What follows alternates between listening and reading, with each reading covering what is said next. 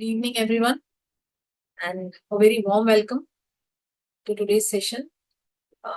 Again, we are present with one more topic, and today we'll be going to discuss about the investment banking. So it's a very hot and burning topic that what are the new age aspects of investment banking. And we are very pleased that Neha has joined us today with her expertise. Thank you, Neha, for joining us today. Let me introduce her.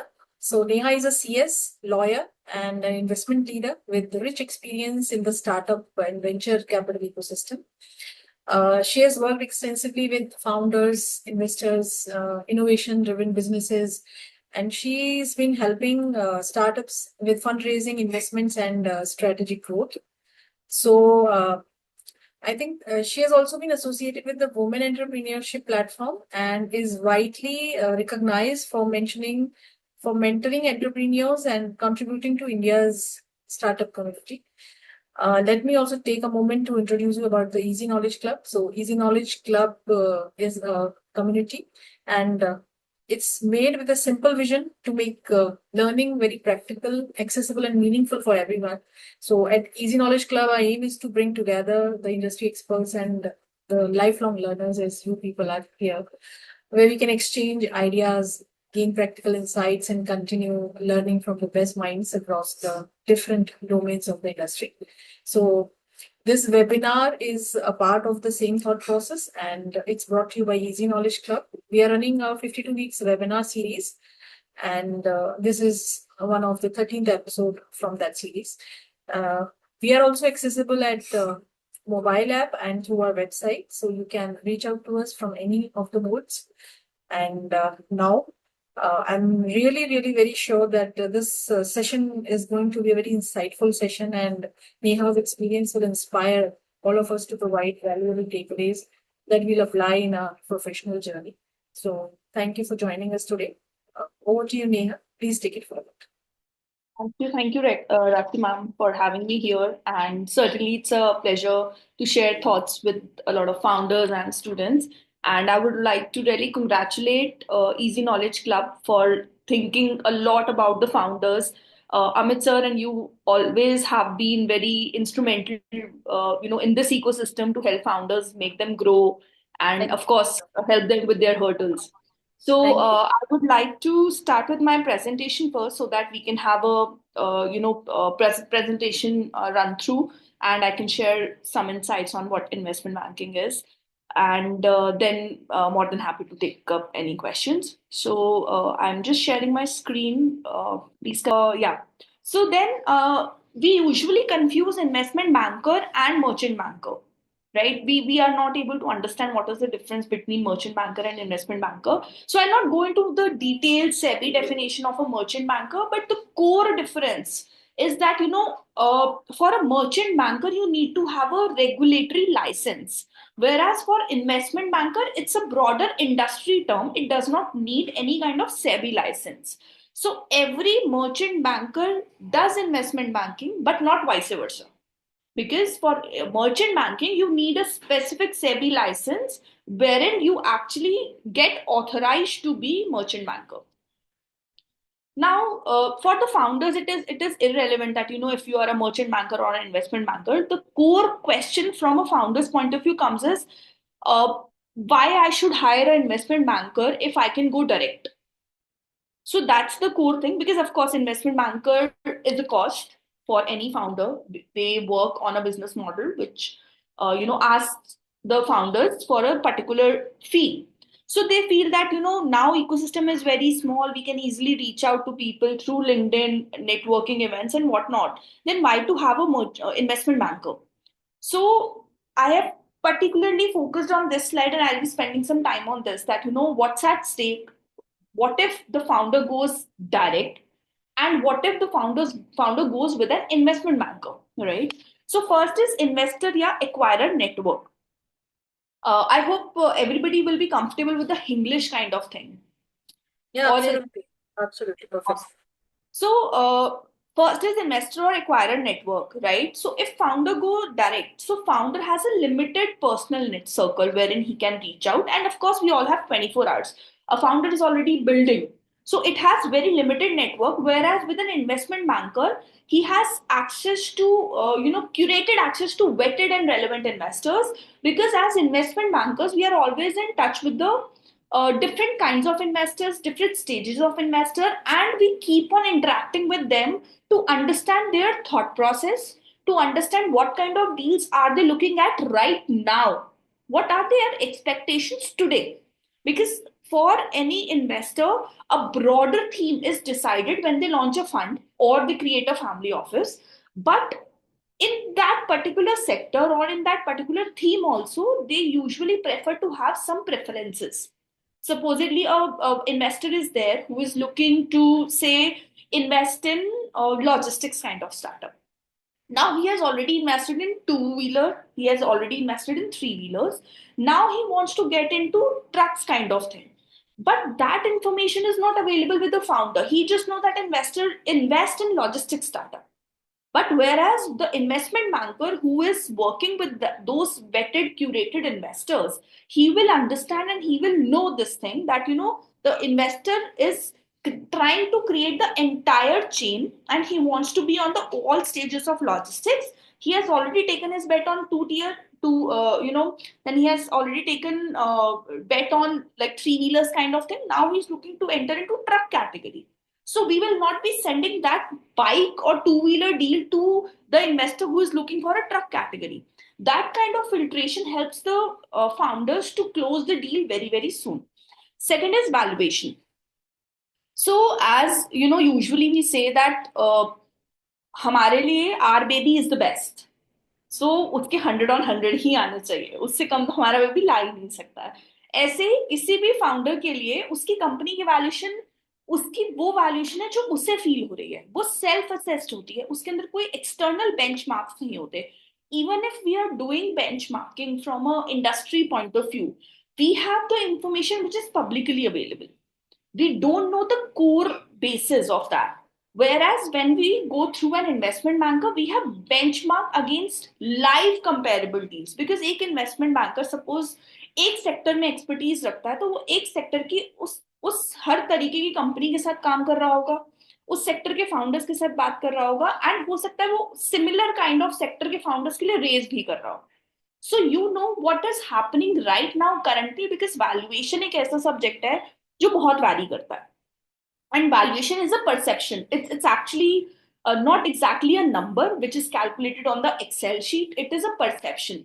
And I usually give example of valuation as bargaining, right? When we go out to a market and we purchase anything, the X cost is something which, seller gives us, and Y is something which we gives them.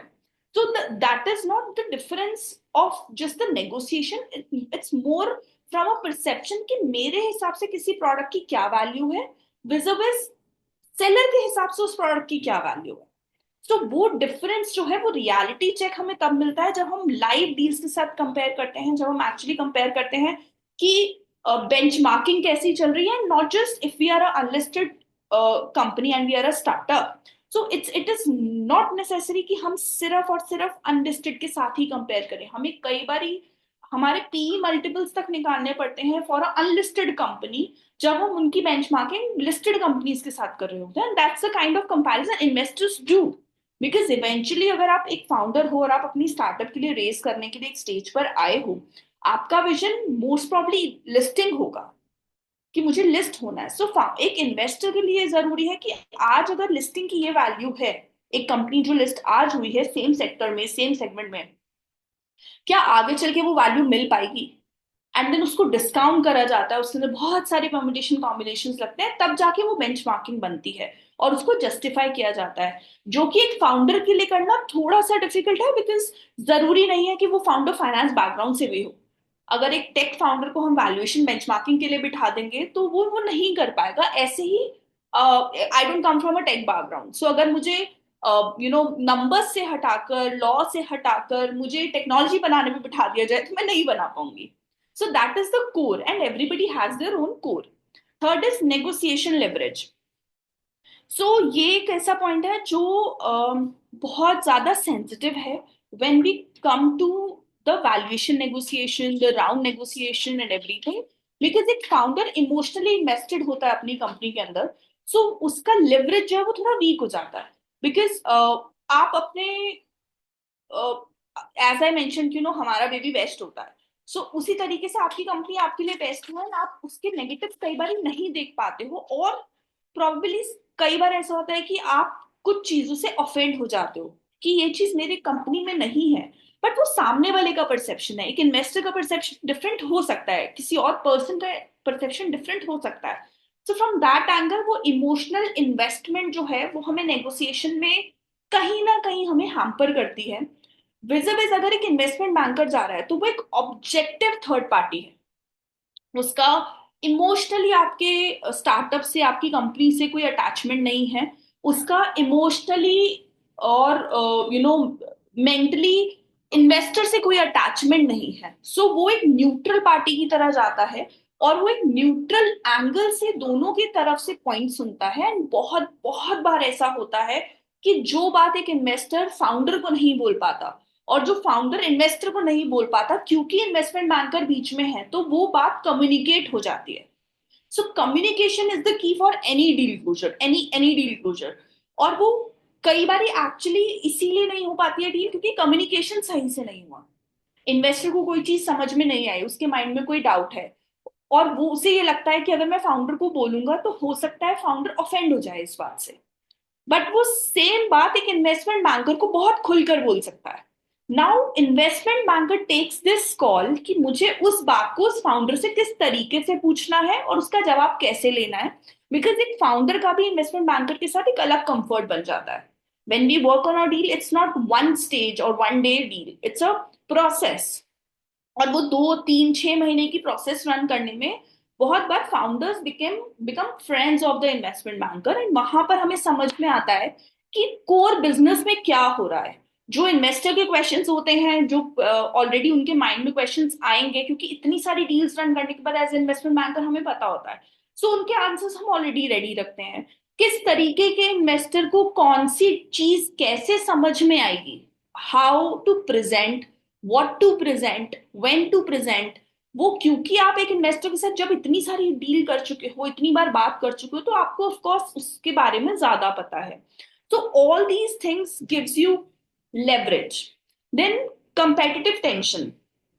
So founder अगर directly जाएगा तो वो एक conversation एक बार में कर पाएंगे, right, वो बहुत सारी कॉन्वर्सेशंस नहीं कर सकते, जबकि अगर एक इन्वेस्टमेंट बैंकर है उनका कोर जॉब ही है कि उस डील को करवाना है, तो वो स्ट्रक्चर्ड प्रोसेस रन करेंगे एंड मल्टीपल बिडर्स क्रिएट करेंगे। सो एक ही डील को काफी सारे इन्वेस्टर्स के साथ डिस्कस किया जाएगा, उनको समझाया जाएगा, उनको बताया जाएगा, एंड जरूरी नहीं है कि सिर्फ एक ही टाइप के, हो सकता है एक डील हम वीसी फंड को भी दिखाएं, सेम डील हम फैमिली ऑफिस को भी दिखाएं, और सेम डील हम एंजल इन्वेस्टर्स को भी दिखाएं। यू नेवर नो कि कहाँ पर कौन सी चीज किसके थॉट प्रोसेस से क्लिक करे। और ऐसा नहीं कि इसमें स्प्रे एंड प्रे होता है, इसके अंदर प्रॉपर थीसिस मैच मेकिंग होती है कि सपोज अगर किसी का कंज्यूमर ब्रांड है, सो वो कंज्यूमर में जो इन्वेस्टर्स इंटरेस्टेड हैं सिर्फ उन्हें ही दिखाई जाएगी, एक टेक वाले इन्वेस्टर को आप कंज्यूमर नहीं दिखाओगे। So these kind of filters are very important. Next is founders time. So अगर एक फाउंडर फंड रेजिंग में लग जाएगा तो उसके ऑपरेशंस हैम्पर होंगे, बिकॉज उसके ऑपरेशंस उसे ही रन करने हैं, उसकी कंपनी उसके बिना कोई रन नहीं कर सकता। बट फंड रेजिंग एक ऐसा एस्पेक्ट है जिसके अंदर अगर फाउंडर को एक साथ मिलता है, एक सपोर्ट मिलता है इन्वेस्टमेंट बैंकर का, तो उसका बहुत टाइम सेव होता है। टाइम कैसे सेव होता है, फाउंडर को कोल्ड रीच आउट्स नहीं करने हैं, फाउंडर को लिंक्डइन पे रीच आउट नहीं करना है, नेटवर्किंग इवेंट्स पे नहीं जाना है to meet and ask for their time, then founder doesn't have to travel every time एक इन्वेस्टर से मिलने के लिए। वो चीजें जो जूम कॉल पर हो सकती हैं उसके लिए भी ट्रैवल कई बार करना पड़ता है, तो वो सब चीजें अवॉइड हो सकती हैं। फाउंडर का time which is the core essence, because time is money, so वो बहुत ज्यादा सेव होता है। और अगर इन्वेस्टमेंट बैंकर करेगा तो ऑफकोर्स एज आई मेंशन कि freed up banker runs the process. Confidentiality. So direct reach out के अंदर कई बारी आपकी इंटेंशन बहुत जल्दी समझ में आ जाती है कि आप जो रीच आउट कर रहे हो कितना डेस्परेटली कर रहे हो। और आप अगर रीच आउट करोगे as a founder, so of course आपका नाम, आपकी कंपनी का नाम ऑल अक्रॉस जाएगा जिसको आप रीच आउट करोगे। But when we as investment bankers run the process, first layer में we do not disclose the name of the company, we just give the facts and figures. And जब किसी का एक initial level of interest आता है और हमें लगता है कि वो जेन्युइन इंटरेस्ट है, उसके बाद ही उसका नाम डिस्क्लोज किया जाता है उस पर्टिकुलर कंपनी का। Then process and compliance. Of course अगर फाउंडर जाएंगे तो मैनुअल है, हो सकता है कि कोई ना कोई स्टेप मिस हो जाए। बट अगर एक इन्वेस्टमेंट बैंकर रन कर रहा है तो उनके पास एक प्रॉपर डेटा रूम का फॉर्मेट है, ड्यू डिलिजेंस का फॉर्मेट है, फाइलिंग्स का पूरा प्रोसेस है। And on the top of it उनके पास एक क्वेश्चन रेडी है जो वो फाउंडर्स से फिल करवा सकते हैं, और उन्हें पता है कि मोस्ट ऑफ द इन्वेस्टर्स की ये कॉमन क्वेश्चंस आएंगे। सो वो एक FAQs kind of already ready होगा। So when a investment banker is running a deal, when I run a deal as an investment banker, so मेरे लिए सिर्फ पिच डेक नहीं होता है कि जिसके बेसिस में मैं फंड रेज कर रही हूँ। पिच डेक है, वैल्यूएशन, एटलीस्ट बेंचमार्किंग जरूर है। देन कंपेरेबल्स की कम्पिटिटिव एनालिसिस किस तरीके से हो रखी है। देन वैल्यूएशन बेंचमार्किंग के अंदर मल्टीपल्स का काम किस तरीके से हो रहा है। बहुत सारे FAQs रेडी होते हैं, हर टाइप के इन्वेस्टर के लिए FAQs रेडी होते हैं। बहुत सारा डेटा रूम रेडी होता है जिसके अंदर फाइनेंशियल DD और लीगल DD में जो डॉक्यूमेंट्स मांगे जाएंगे हम वो पहले से ही गैदर करना शुरू कर देते हैं, सो दैट आगे का प्रोसेस, टर्म शीट के बाद का प्रोसेस थोड़ा छोटा हो सके। So I think this is the main thing which creates and gives the importance of an investment banker. It's not कि इन्वेस्टमेंट बैंकर्स आर 100% कॉन्फिडेंट कि कोई डील हो जाएगी, बट वो फाउंडर्स भी नहीं होंगे। बिकॉज कोई भी डील कब क्लिक होगी, कैसे मैच मेकिंग होगी, उसका एक प्रॉपर एक प्रोसेस है which takes time. Then where banking enters. So founders की यूजुअली जो कैपिटल जर्नी होती है वो सीड से शुरू होती है, और वो series A, then growth rounds पे जाती है, series B, series C, then eventually M&A और strategic deals, otherwise IPO। Usually seed और सीरीज ए जो है वो फाउंडर्स प्लस एंजल्स पर प्लस अर्ली VCs में क्लोज होती हैं। यहाँ पर फाउंडर्स को यूजुअली इन्वेस्टमेंट बैंकर्स की जरूरत नहीं पड़ती, बिकॉज टिकट साइज छोटा होता है एक इन्वेस्टमेंट बैंकर के लिए भी। बिकॉज उनकी जो फीस की परसेंटेज है वो इतनी ज्यादा हाई नहीं होती कि वो कमर्शियली भी वायबल रहे उनके लिए, वो सीड राउंड या series a kind of round. But series A के बाद series B, C, D usually ऐसे राउंड होते हैं जिनमें टिकट साइज बड़ा होता है, क्लोजर की इंपॉर्टेंस जल्दी होती है, एंड हमें सिर्फ डोमेस्टिक नहीं इंटरनेशनल एक्सपोजर भी चाहिए होता है इन्वेस्टर्स का। वहां पर bankers help, and they help to create structure larger raises. यहाँ एक सबसे ज्यादा फर्स्ट टाइम ऐसा होता है कि series A, series be kind of rounds में जहां एक इन्वेस्टमेंट बैंकर एंटर करता है। आज बहुत सारे इन्वेस्टमेंट बैंकर सीड स्टेज पे भी हेल्प कर रहे हैं, and of course they are charging not a very hefty amount on that। But उसके अंदर क्या है, आप बहुत दो ही ऑप्शंस हैं एज अ बिजनेसमैन आपके पास। आप या तो बल्क में काम कर सकते हो या फिर आप क्वालिटी में काम कर सकते हो। अगर आप क्वांटिटी में कर रहे हो तो आपका ध्यान डाइवर्ट रहेगा। विजर्विस एक ऐसा इन्वेस्टमेंट बैंकर जो साल में सिर्फ 5 डील्स कर रहा है, बट वो बड़े साइज की कर रहा है, वो साल में 5 ही डील्स पर फोकस कर रहा है, वो बाकी डील्स पर कर ही नहीं रहा। सो ऑफकोर्स कॉन्सेंट्रेशन का लेवल डिफरेंट होता है। सो ग्रोथ राउंड्स में बैंकर्स की जरूरत पड़ती है, M&A एंड स्ट्रेटेजिक डील्स में बैंकर्स की जरूरत पड़ती है, and of course as I mention कि IPO या लिस्टिंग में बैंकर्स की जरूरत पड़ती है। ऑन द ग्राउंड हम ऑलरेडी डिस्कस कर चुके हैं कि एक इन्वेस्टमेंट बैंकर क्या क्या करता है: capital raising, M&A advisory, valuation, IPO and listing. Who leads in India? That's important. So, as per the report of LSEG India Investment Banking Review, Q1 2026, Axis Bank led the overall fee pool, 9.5% share, approximately $21.9 million. Then Kotak Mahindra topped the ECM underwriting table. How they get paid? So, बहुत सारे founders का ये सवाल होता है कि ma'am as as founder अगर हम एक इन्वेस्टमेंट बैंकर को हायर करेंगे, so what will they charge? So usually दो तरीके के होते हैं इसमें। ये होता है कि या तो वो आपसे फिक्स्ड या मंथली फी लेते हैं which is credited against the success fee at close. And then IPO की अगर केस में बात करें तो आईपीओ की अंडरराइटिंग होती है जो industry range 3 to 7% of the fund raise में होती है, और एमएनए की एडवाइजरी के अंदर 1 to 5% of the deal value, tapering as deal size grow. तो अभी क्योंकि हमारे पास मोस्टली अर्ली स्टेज फाउंडर्स हैं, so for early stage founders जो भी फंड रेज का अमाउंट होता है उसका 2 to 5% is the standard market percentage of any investment banker जो आपसे वो लेते हैं। These are some stats कि 2026 में so far ग्लोबल और इंडिया कैपिटल कैसे रेज हुई है। ग्लोबल में 510 बिलियन है, जिसमें इंडिया में सिर्फ 6.9 बिलियन है। 43% of total global capital raise has just went to OpenAI and Anthropic। So हमें ये क्लियरली सिग्नल देता है कि डीप टेक की कितनी ज्यादा फंडिंग हो रही है। और अगर हम इंडिया पे बात करते हैं, 16 बिलियन जो है इंडियन वीसीज या growth equity market in 2025, it's second straight year of the growth.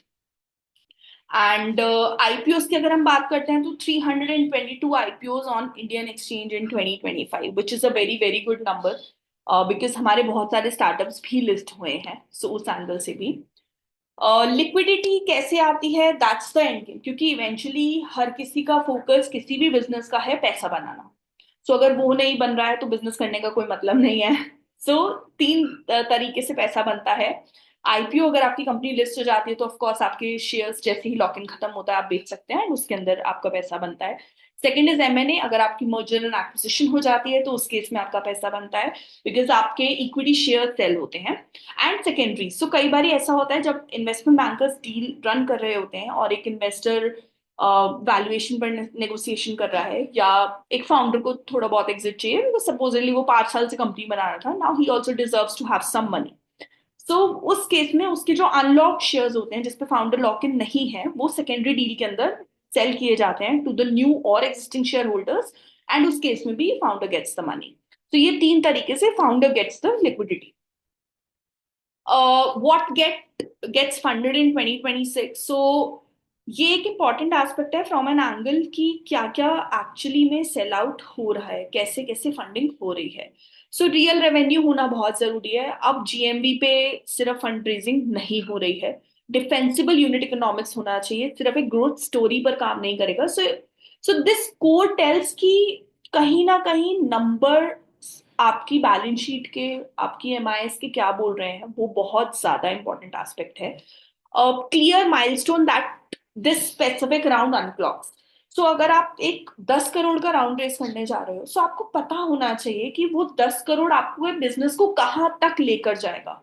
I am not saying कि वो 100% करेक्ट ही होगा जब हम उसको बाद में कैलकुलेट करेंगे, बट एक बॉलपार्क फिगर आपके हाथ में होनी चाहिए। एंड वो 10 करोड़ यूटिलाइज कैसे होने वाला है, that is also very important, क्योंकि बहुत सारे फाउंडर्स को ये पता है कि हमें पैसा रेस करना है, बट वो यूज कहाँ करना है उन्हें नहीं पता। और इस केस में ही बहुत बार इन्वेस्टर्स का पैसा जो है वो गलत यूज होता है।